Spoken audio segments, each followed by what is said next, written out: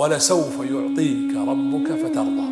راح يعطيك عطايا في الدنيا من رفعة الذكر والسمعة. سبحان الله، هذا النبي شرح الله له صدره، زكاه في صدره، ألم نشرح لك صدرك، وزكاه في ذكره ورفعنا لك ذكرك، وزكاه في خلقه وإنك لعلى خلق عظيم، وزكاه في بصره ما زاغ البصر وما طغى، وزكاه في قلبه ما كذب الفؤاد ما رأى، وزكاه في علمه علمه شديد القوى، وزكاه كله عليه الصلاة والسلام حينما قال أدبني ربي وأحسن تأديبي.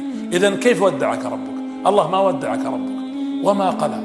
وللآخرة خير لك من الأولى ولسوف يعطيك ربك فترضى. يعطيك في الدنيا سمعة، مكانة، اليوم المآذن، أشهد أن محمد رسول الله، هذا رفع ذكر ولا لا؟ هذا أعطاك ربك.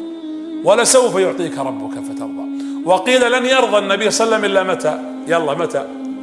جلس مرة النبي يبكي، اللهم صل على محمد. إذا ما حبيت الرسول بعد هالكلام، بعد هالحديث هذا، راجع نفسك.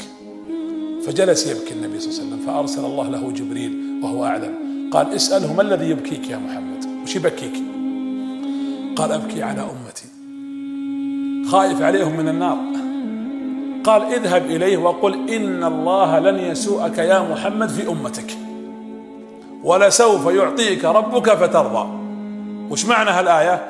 يوم القيامة، يوم القيامة لما يدخل أهل الجنة الجنة ويدخل أهل النار النار، يشوف الناس اللي دخلت النار، حتى اللي دخلوا النار يا رسول الله، حتى اللي دخلوا النار، يعني ودخل المؤمنين إلى الجنة وشفع للناس كلها يوم القيامة، ارفع رأسك وسل تعطى واشفع تشفع، ودخل المؤمنين للجنة وطق باب الجنة وفتح له باب الجنة، خلاص دخل المؤمنون الجنة، ومن اتبعك دخل الجنة، من عصاك دخل النار.